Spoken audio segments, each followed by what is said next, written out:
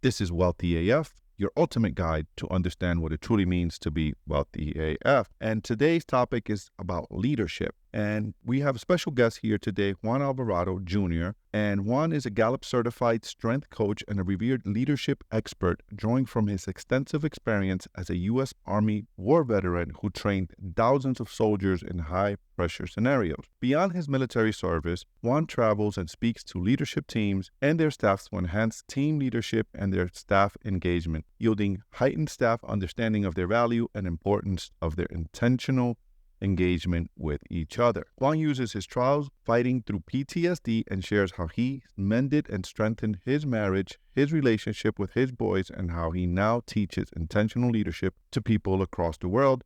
Juan, thank you for coming on the show. Really appreciate you, brother. Yeah, thank you so much for having me.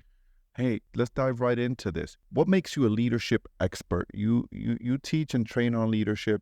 Tell us what earns you the right to teach this topic. Yeah, so like in my intro and the bio, over 10 years of leadership within the United States Army. So being trained by the best, doing intel, counterintelligence, things like that, where you're being trained by the world's best, right? How to think strategically for not only our own military, but how to think in regards to how our enemy thinks, right? So it's a lot of strategic thinking. You're dealing with people from different backgrounds. You're dealing with different age groups, different ranks. How do we get everybody on the same page for the same mission and vision, and go through and cut through the BS of, maybe certain people's belief systems or what they're going through that day, so that we can execute on the mission at a high level. Working with high performance leadership in that aspect, and then I worked as it wasn't on my bio. I kind of don't want to forget about that part of my life because it was still a pivotal part of my life. But I was a police officer for 2 years, and dealing with and leading people who might have an out thought, an outcome of what a police officer is or what they represent, right? So dealing with people that maybe not see eye to eye with the police department. How do I get you to think? How do we get on the same page, right? Even though some people might have a certain outlook on police officers. And then working 11 plus years, 12 years in the nonprofit space, where I had close to 200 people that were under me, where I was mentoring 30 leaders, 30 managers daily, where I was able to get them not only in a good path to leadership and leading their staff, but getting them promoted either within our own organization or coaching them, mentoring them to leave our organization so that they can become bigger and better. And those people going on to bigger, better things, getting paid double, triple what we were paying them, right? To put them on the right, get them on their feet. And then having a family, right? Having a wife and being married for 17 plus years and having 3 boys, just turned 16, 14, and 11, being able to lead them and having, it's not to be big-headed or necessarily pat myself on the back, but I think I have a really darn good marriage and relationship with my boys that most parents or most husbands don't have that type of relationship with their family. I think I'm skating on cloud 9 right now because of the great relationships that I have with not only my family, but with those that I've led in the past. Outstanding, man. That's amazing. Drawing from your experience as a U.S. Army war vet, what leadership qualities do you find most essential for high pressure situations? So a couple different things I would say. High value communication. I think a lot of times in not only in the military, but in high pressure situations at home or in the office spaces, we tend to tell people, just follow my lead. Like, I'm in charge, follow me. You don't say anything, just follow. Like, get in line, know your position on the totem pole, follow me. That's not the case. I think a lot of people miss not just the what, but the how and the why behind it. And if I can communicate the how and the why, people are going to fall in line to follow you. They're going to be willingly wanting to follow your lead when you can communicate. So high pressure situations, we need to communicate not just the what, but the how and the why. But I think every person, every employee, every person that follows your lead wants 4 things. They want honesty. They want to know that they can trust you, right? They want uh, uh, they want to know that you're competent. They want to know that you're forward looking, and they want to know that you're inspiring. There's studies that are shown that every employee, no matter who their boss is, they want those four aspects. So if I can trust you, if I know that you know what the hell you're doing, I know that you're going to inspire me and you have a plan for me, I'm going to follow you. Can you give us an example, maybe share a story of how you used that in your leadership in the military? Or maybe you could share a story of how maybe you were leading a group of men and women and you had some differences of opinion and you use these four qualities to get them to kind of follow your lead. Yeah, so I have a pretty good example of that. So when I got hired as the director of programs for the nonprofit that I worked in, um, there was a couple different people who purposely volunteered to be on my hiring panel. My hiring panel, usually a hiring panel or interview panel, is 2, 3, 4 people, maybe 6 people tops. I had 11 people on that interview panel, 11. And 2 of them purposely went in and volunteered to be on that panel so that they can say, no, I don't care what dude has to say. I don't want him to be our boss. And in that interview process, being authentic, being honest, and having that forward-looking plan won those people over. It's funny because one of those people ended up opening up for me at one of the events that I was speaking at. And she had no idea that she was opening up for me. And she goes, I saw the name on the bill, didn't know that this was the dude. She's like, I was on this hiring panel. She goes through the whole story of, I hated this guy, did not want him to be my boss. And after the interview, I was sold in, I need to give this guy a chance. And so I ended up getting that position. But for the next 4 or 5 years, she ended up coming under my wings and mentoring her. And we're still friends to this day. I don't work for that organization anymore. She doesn't work for that organization anymore. But I still look out for her in that sense where I was able to help her out in moving up and elevating herself and letting her know about a position that was hiring. And she went from making $68,000 a year to a little over $120,000 a year, so almost double what she was making, because she was prepared for, because I helped her prepare for her future. And that's part of the whole forward-looking piece, right? Hey, I understand how valuable you are. I understand that your gifts and your talents. Let's mold and shape those gifts and talents for something that's bigger than you. And so she ends up working for a school district now, but she's way better placed than where she was before because she understood, hey, I have to be able to open up to my thought process, which is great because you have somebody who was closed off. And I tell people all the time, you can learn people from that are older than you, and you can also learn from people younger than you. You can learn from people who are new to the game, and you can also learn from people who are veterans in the game. KRS-One, old school rapper, right, says that if only young people and old people communicated better together, they would have more success. If younger people hung out with older people and listened to older people, they would become wiser amongst the younger people that they hang around with. Mm-hmm. And if old people listen to the young people, then they would become faster than the older people that they hang around with. And so it's a win-win. And so when you, including myself, are open to learning no matter who it is, male, female, older, younger, veteran, or new in the game, it puts you in a better position to learn. So always being open to learn in that case helps me in those situations. I love that you said that with KRS. You quoted KRS-One, and KRS, man, he has really, I don't know how old you are, but I'm going to assume that you from that same genre as I am. We know KRS, grew up in New York City listening to KRS. He's turned out to be a really wise guy if you listen to some of his quotes. Yep. But I like what you said about, if you're hanging, I never heard that before. If you spend the young people, if they spend time with old people, they'll get wiser amongst their peers. And old people, young people, spend time with young people, you'll get faster. That's really, really good. I want to ask you about leadership. Is a leader born, or can one become a leader? This is a question that I remember kind of grappling with that question as a young man, right? Like when I was in junior high, you have some people that are just charismatic. They have a charisma about them where people follow, and it's like, follow them. And it's like, they have that. Is that something that I can get? How do you become a leader? Is that something that people just, people just gravitate to some people? Can you break that down for us? Yeah. So I used to believe that leaders were born. However, taking that statement literally, I did a post on this not too long ago on my Instagram page, where I said a doctor does when you were born.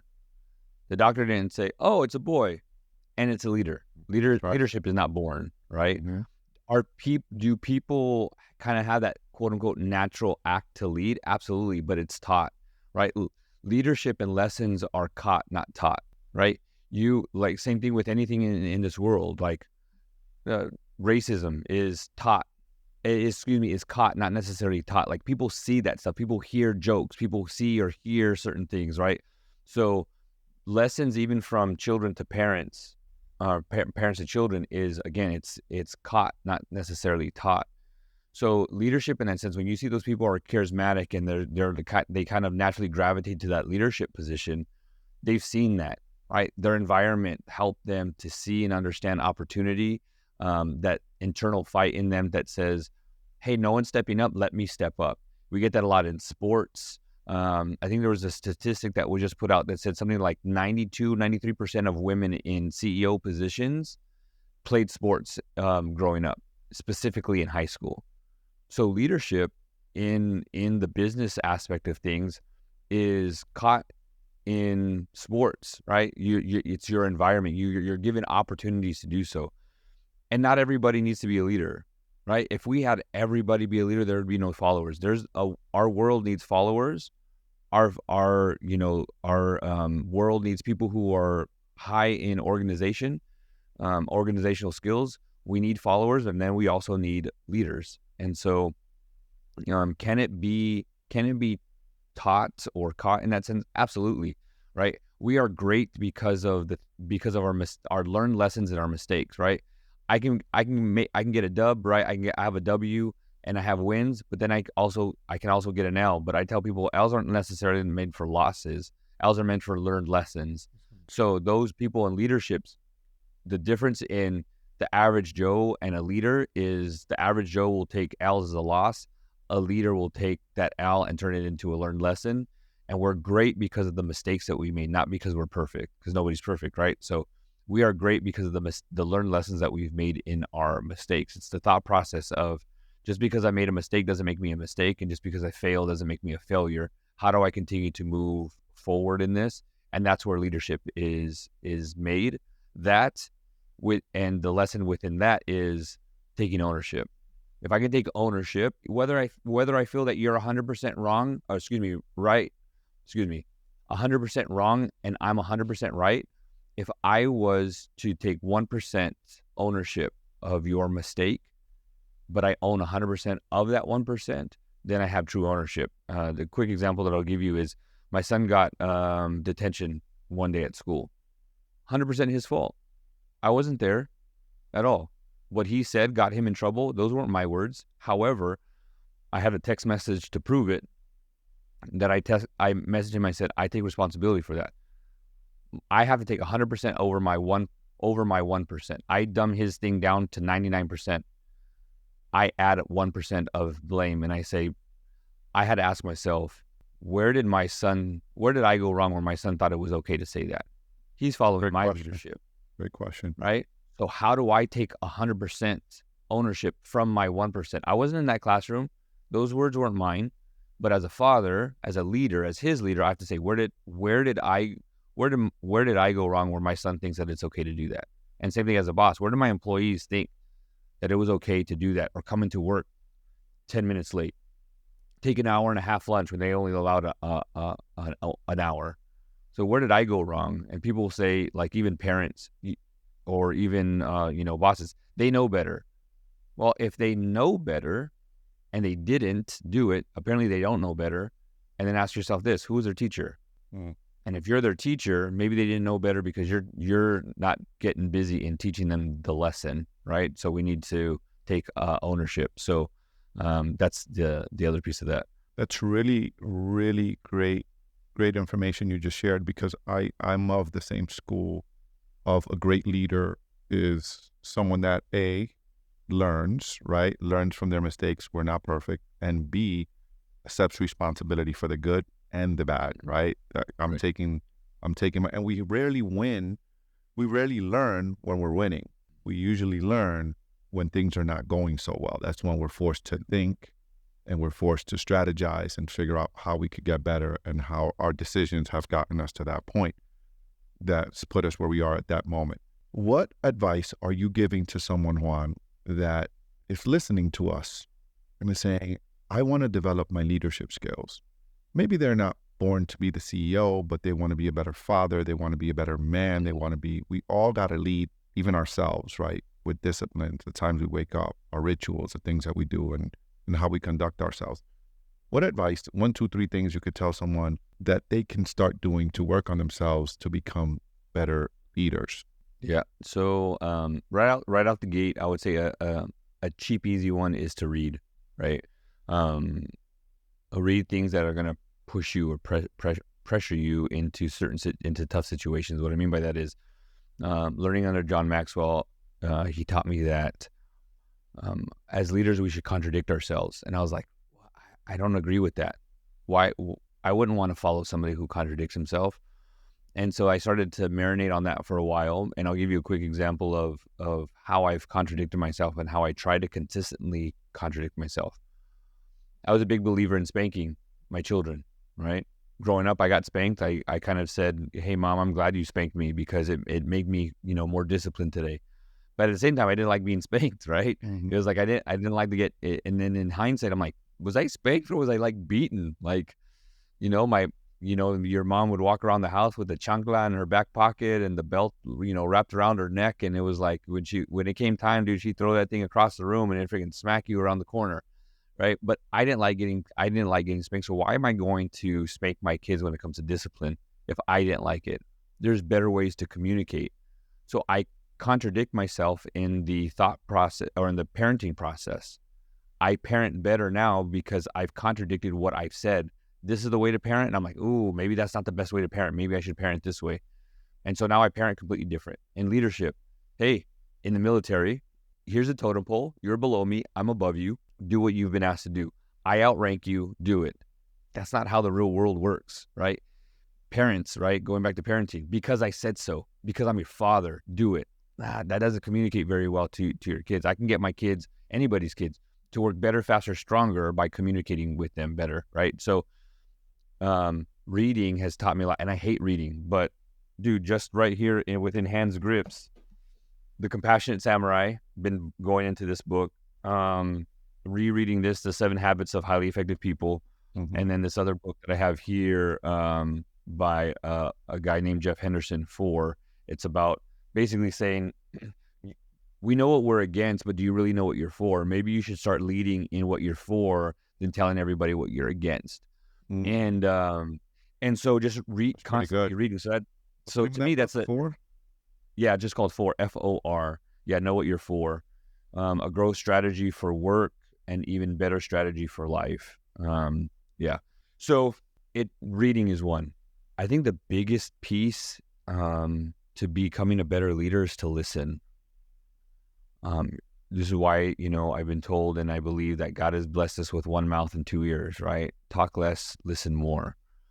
And in one of those 4 things that I told you that every person wants from their leader, forward looking is one of them. The other one is inspiring. So how am I supposed to lead you if I don't know where you want to go? I have to ask better questions. And if I ask a question, then what's the very next step? To listen. So I need to find out from you, where do you want to go? What are your needs? What are your wants? What are your desires? What are your goals? And then I can lead you. But if I don't ask that question and I don't bother to listen, how am I supposed to lead you? And why would you even follow me if I don't take time to listen?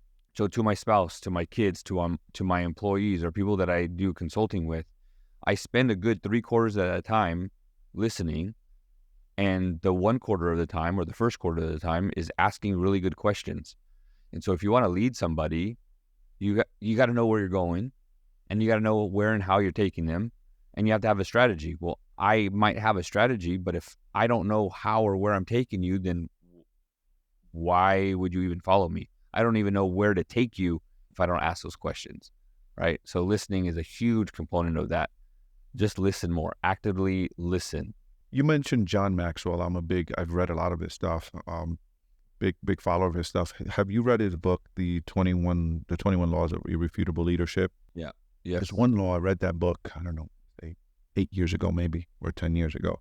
And there's one law that sticks out to me, and that's the law of the lid. I don't know if you remember that one, where the lid, what he does is he grades leaders from a scale of 1 to 10. But let's say you have a leader that is, and this is for you guys listening, maybe you have a boss and this applies to you. Maybe Juan can give you a strategy on how to manage that. Let's say you have a leader that's a 6, right? But you're 8, but that's your boss. What the law of the lid says is that you cannot surpass your leader. You can only grow in leadership up to the number that your leader is. But if you're an 8 in leadership and you're being led by a 6, how do you navigate that in the corporate world? Because that's sticky, right? What advice would you give to someone that is feeling a little bit stuck in that situation? Yeah. Let me ask you this question. Where do you go to buy your groceries? Supermarket? I mean, yeah. Mm-hmm. You don't go to a Home Depot, right? No. Mm-hmm. Because they don't have groceries. You might be able to get a cleaning product there, right? You might need some a floor cleaner that they might sell, or some like sticky goo remover or whatever that they might also have a grocery store. But you can't get mad when going to a Home Depot, a 6, and get mad that you're not getting a 10 groceries when you go to Home Depot, right?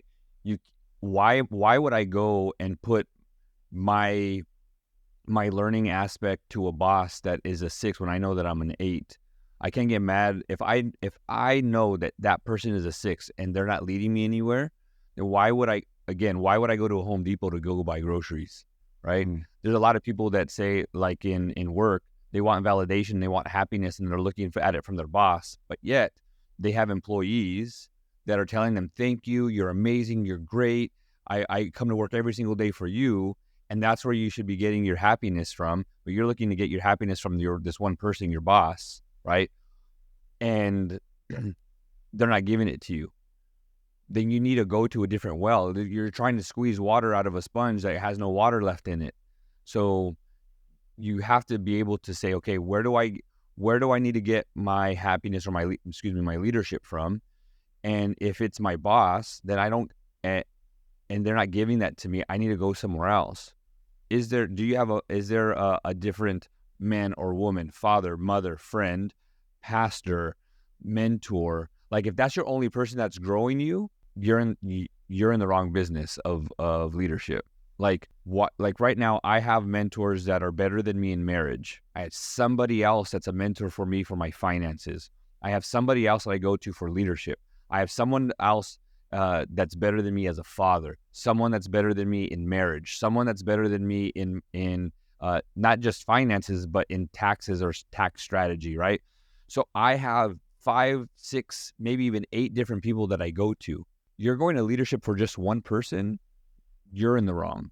Like, you can't get mad at your leader that's a 6 and you're an 8. Like, I'm sure you didn't become an 8 by being under a 6.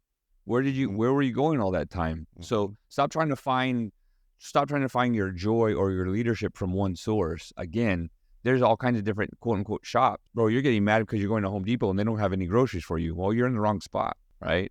And so I need to be able to go to those different people to get different types of leadership, because they're going to be someone that's going to be able to teach you how to navigate difficult situations. But that same person might not be able to help you navigate growth in your own personal life. I might have to go to someone else. Mm-hmm. So basically, don't put all your chips in one basket, right? Don't put all your eggs in one basket. I have to have different avenues of approach when it comes to my happiness, to my leadership, to my goals. And so that's one piece. So expand your thought process or expand your reach when it comes to people that lead over you. The other thing would be is if you're looking for that specific piece and that person is a 6, and you want to navigate just that directly, again, it goes back to communication. Tell people, go over the 3 expectations. And I think Maxwell talks about this too. The expectations that I have of myself, the expectations that I have of you, and then I have to ask the questions, what are your expectations of me? And then what I do is I grab those expectations that you have of me, and then I add them to my list of expectations that I have of myself. So if I have expectations for myself, A, B, and C, and you have and then I have expectations of you, and then I say, hey, what are your expectations of me? And you give me 1, 2, and 3. I have to add that to my list. So now I have A, B, and C, my expectations, and 1, 2, 3, your expectations of me. So now I have a new list. So if we can do that on the flip side, now I'm talking to my boss and I'm saying, these are my expectations of you. Like, I want to learn how to do these things, and I'm looking at you as my leader to teach me those things. Now my boss, or my 6, if you will, has to say either I know that and I can teach that, or 2, I got to read, I got to hang out, or I got to put the right people in the right position to help this staff out or this person out. And so now they're going to work. And if I can push them to learn or resource that, well, then maybe they're growing themselves as well. Got it. That's really good advice. Beyond the military, who are some of the leaders that you admire and why?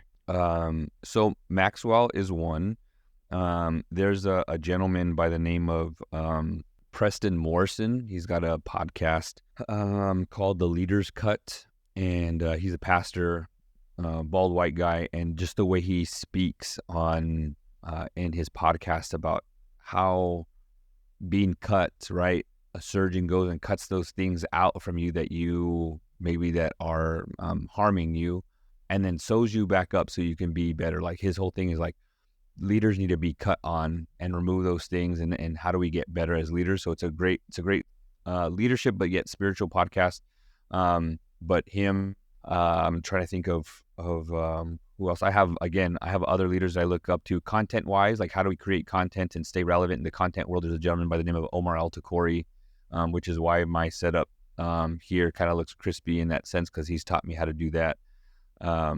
Business wise, Rory Vaden, he's helped me level up my income business wise from to 6 figures, and now getting ready to push past that. You know, my father, my mother, and then a lot of lessons, honestly, that I've learned, and I'm a big student of this, is what I've taught, what I said earlier today, was learning from people younger or below you.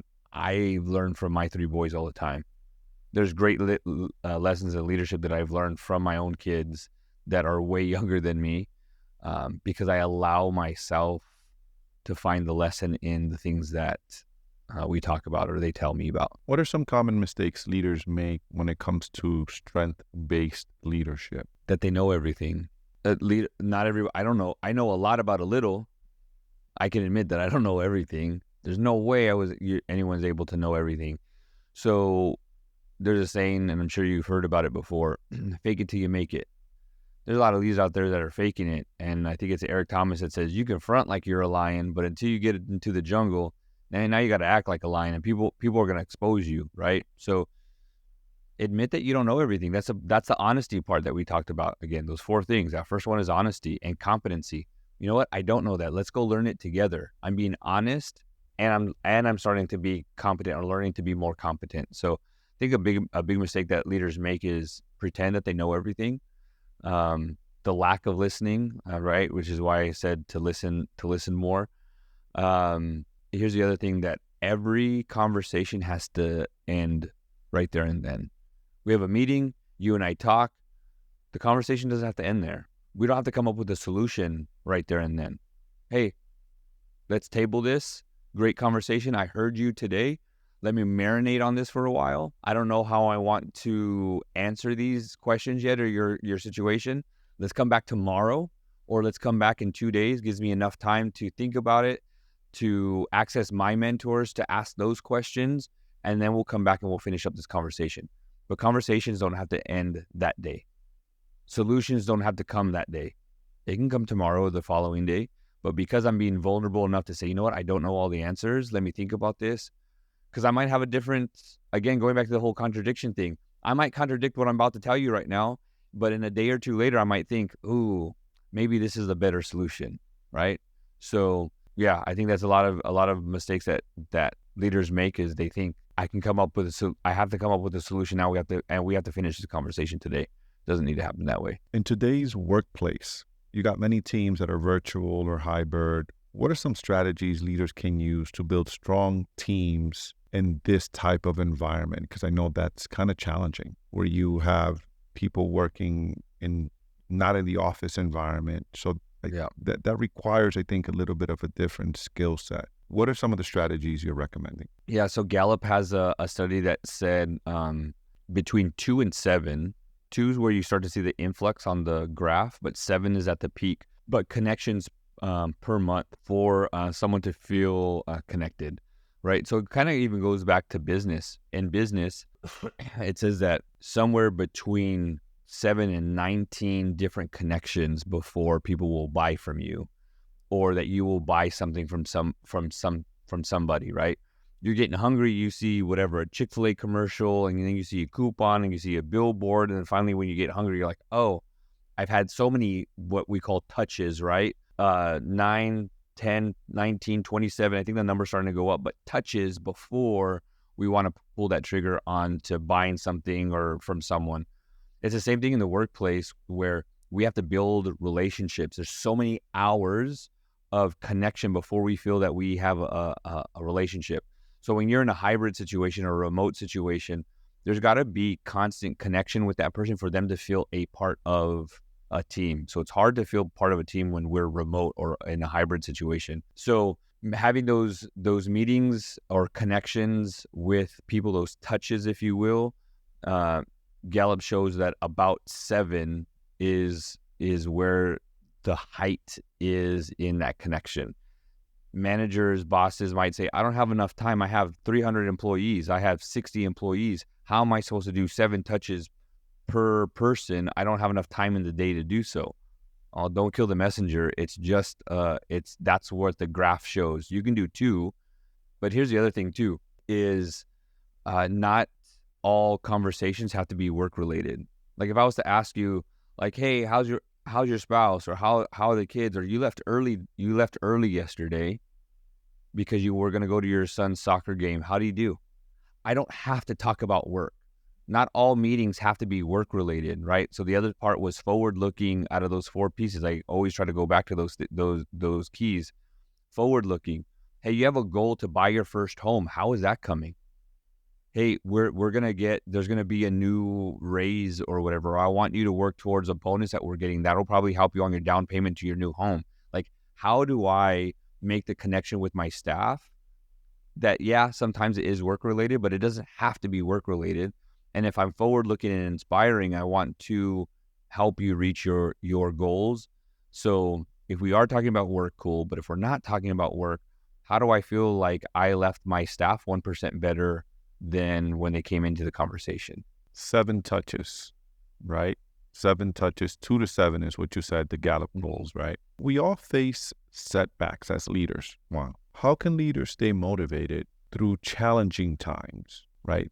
We just came off a pandemic, right? Those were challenging times. And as leaders, we had to look at our teams, look at our staff, and tell them, whatever your company decided to do. Yeah, so a couple different things. Just like there's a secondhand high, there's second high motivation. If you're not being motivated, I would ask you, what does your environment look like? If you've fallen out of motivation, it's probably because you're not being motivated yourself, or you're not in an environment that's very motivating. So there is a such thing as second high motivation. I think the other thing too is we get lost in, I need motivation. Motivation comes last. There's action comes first, then momentum, and then motivation. So if you're looking for motivation, you probably don't have no momentum, which means you're not taking any action. You're probably sitting on your hands somewhere. So get up and move, do something. That would be the first thing. The other thing I would say when it comes to how do we stay motivated, is to understand the process of change. You talked about the pandemic and COVID and stuff like that.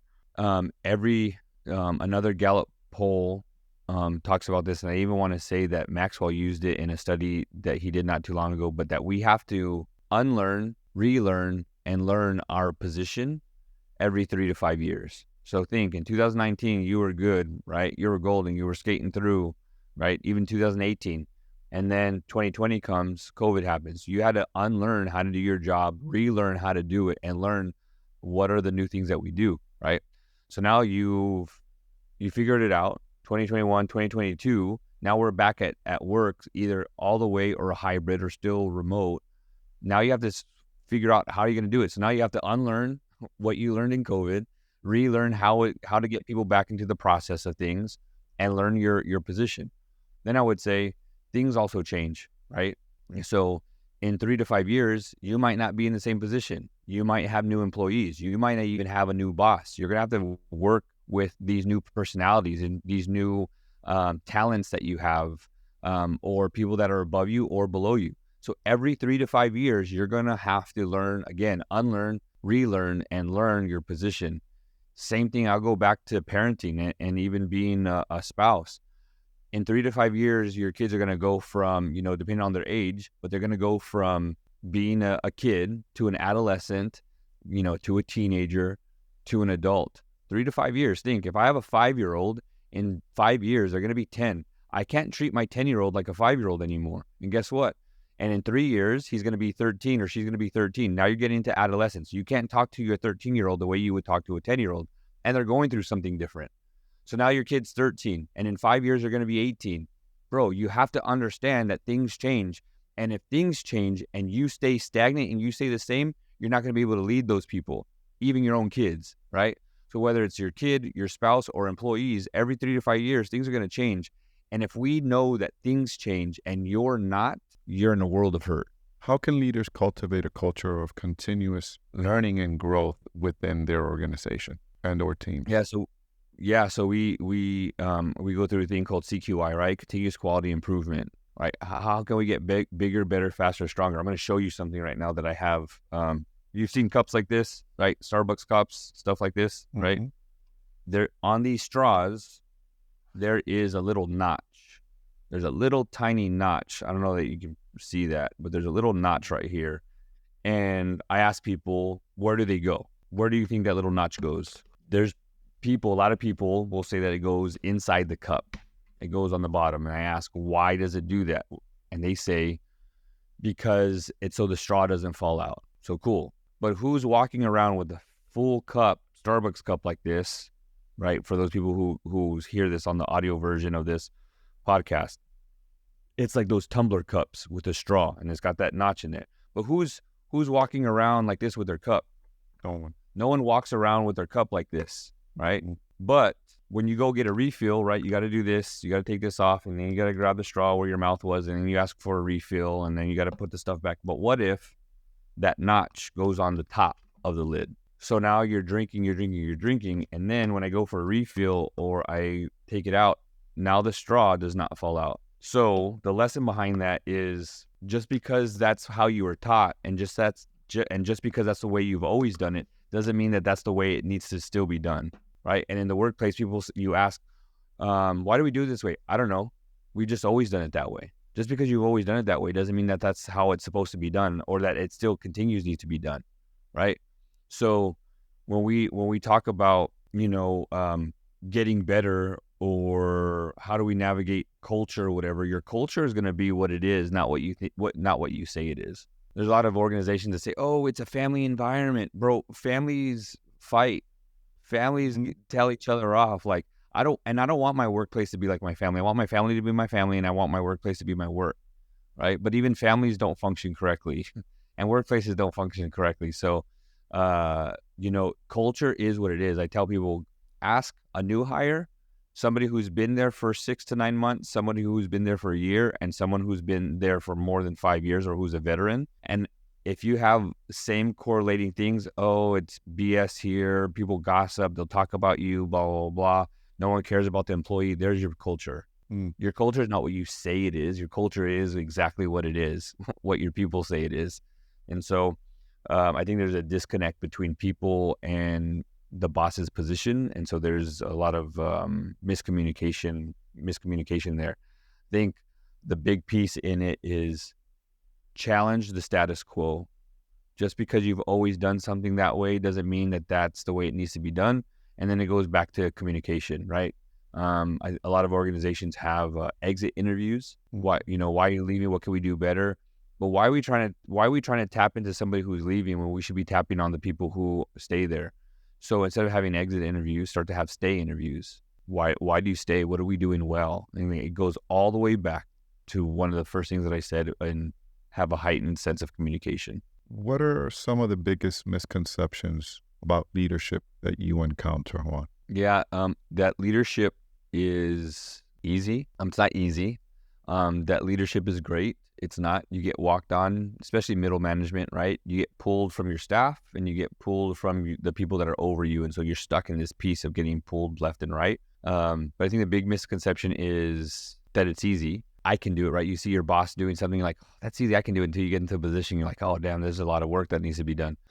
And that the other misconception, I think, is just because you're good at your job doesn't mean that you're meant for leadership. I think a lot of people are like, oh, I'm good at my job, but then leadership is about being with people. So cool, you can push paper and you know what to do on the ground, but leadership is about leading people. If you don't know how to lead people, if you don't know how to communicate with people, if you don't know how to listen to people, then you're not going to be a good leader.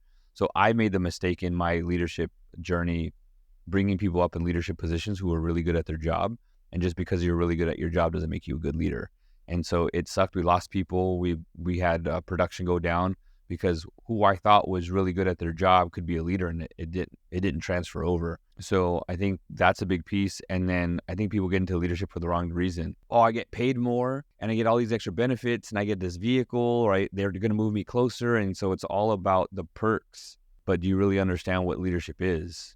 Right, and leading people. So I think the big misconception is that you get all this cool, fancy stuff of bigger, better, faster, stronger, and that's not necessarily the case. Leadership is definitely not for everybody, and it's almost like you're putting out fires more than you're doing anything else. 100%. Yeah, if you're not careful, leadership should be a place where I'm growing my staff all the time. Yeah, I might need to put out fires here and there, but if you're constantly putting out fires, that means you're not communicating as a leader.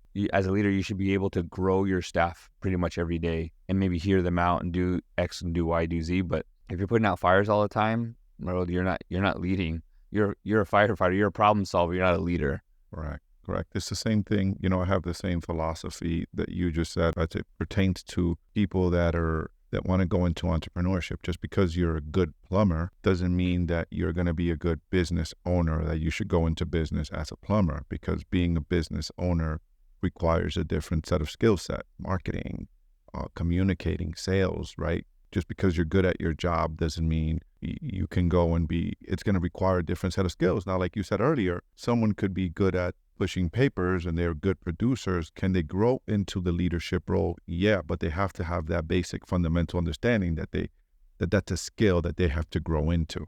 They got to read. Right. It's that fundamental skill of, I don't know, so either let me find out and figure it out and learn so I can be that position, or let me hire somebody to do that and empower them to delegate that piece.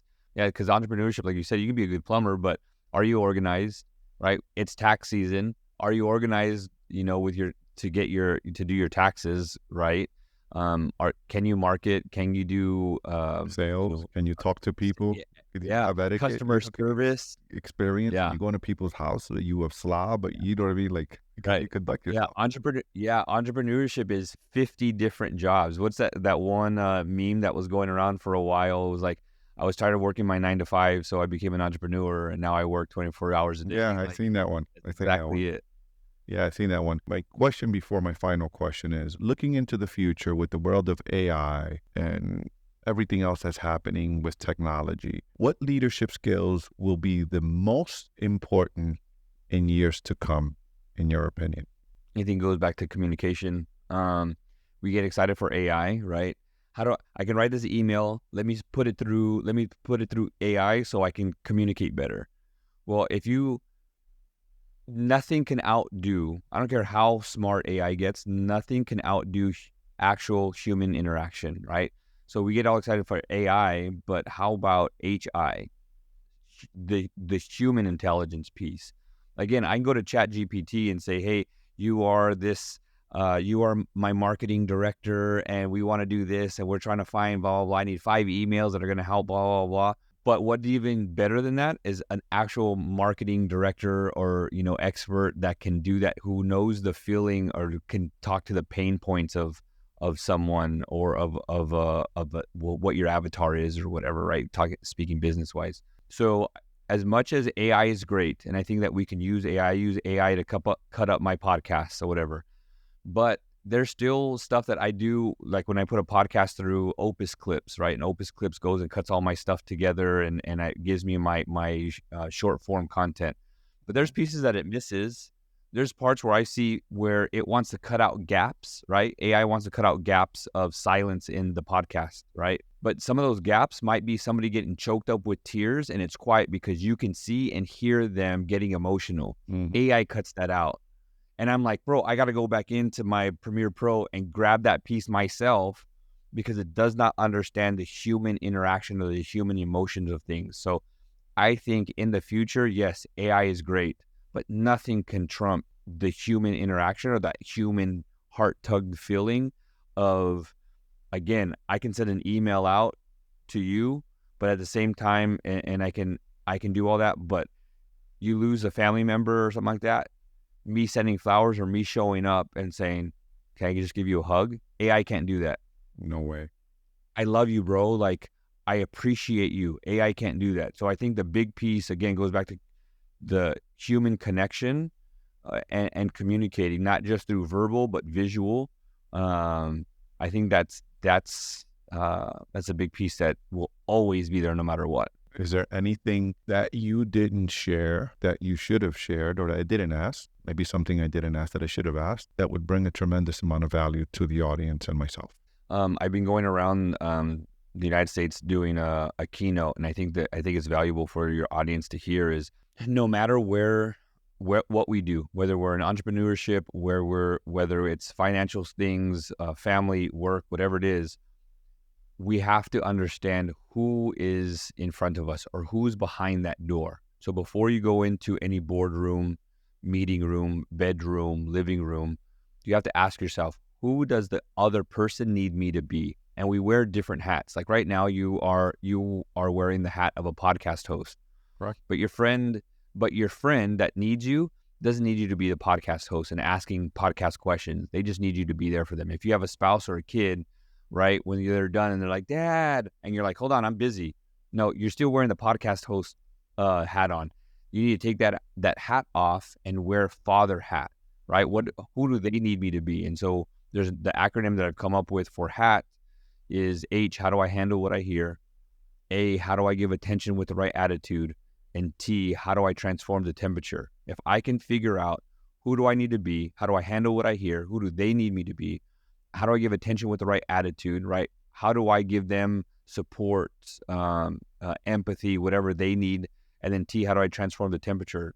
If they're sad, how do I make them happy? Or how do I bring laughter to them? If they're scared, how do I bring motivation, inspiration, right? So how do I wear the right hat that they need from me? And my closing line here is, when gaps are not filled with intention, then by default, they're going to place you in tension. And then that's where we get burnt out and stressed. Repeat that again. When gaps are not filled with intention. When gaps are not filled with intention, then by default, it will place us in tension. Good stuff, brother. Good stuff, man. If people wanted to connect with you, Juan, how do people find you? Where do people connect with you if they wanted to bring you on as a keynote or they wanted to bring you on as a coach? Or so website is weraisethebar.com, raise with the Z, so RAIZE, thebar.com. So weraisethebar.com. On Instagram, it's just the same spelling, but raise the bar CEO. LinkedIn is a little bit different, RTB for raise the bar dash Juan. And Instagram, LinkedIn, website, and then the podcast is called the Relevant Development Podcast. And the reason why it's called the Relevant Development Podcast is I used to hate going to listen to podcasts or just going to seminars and trying to get better personal or professional development and then it not be relevant. So I want to make sure that your development is relevant. So the Relevant development podcast. Outstanding, brother. Thank you so much for coming on. Really, really appreciate you, Juan. And the listeners, make sure you guys connect with Juan. I mean, you really gave some really good nuggets here. I learned a ton from you. And I gotta tell you, man, you shared a bunch of things. And one of my biggest takeaways is the thing you shared as a leader. You learning from everybody. And for me and my podcast, this is the one thing I love the most about doing this. As you know, this is not something that pays a ton of money. You know, I do this to serve and to empower people. It's part of my purpose in my life. And one of the things that I have learned to love about my podcast is to have guests like you where come on and I'm just learning, right? I'm learning from people like yourself, just a lot of really, really good stuff, man. And I'm continuously learning. And that's one of the things that podcasting has done for me, Juan, is actually has allowed me to not to create, but to develop and strengthen my empathy muscle, because I hear so many different perspectives and I learn from so many different people and so many different stories and different walks of life. So thank you, brother, for coming on. Really appreciate you. Really learned a ton from you here today. Thank you. I appreciate you, bro.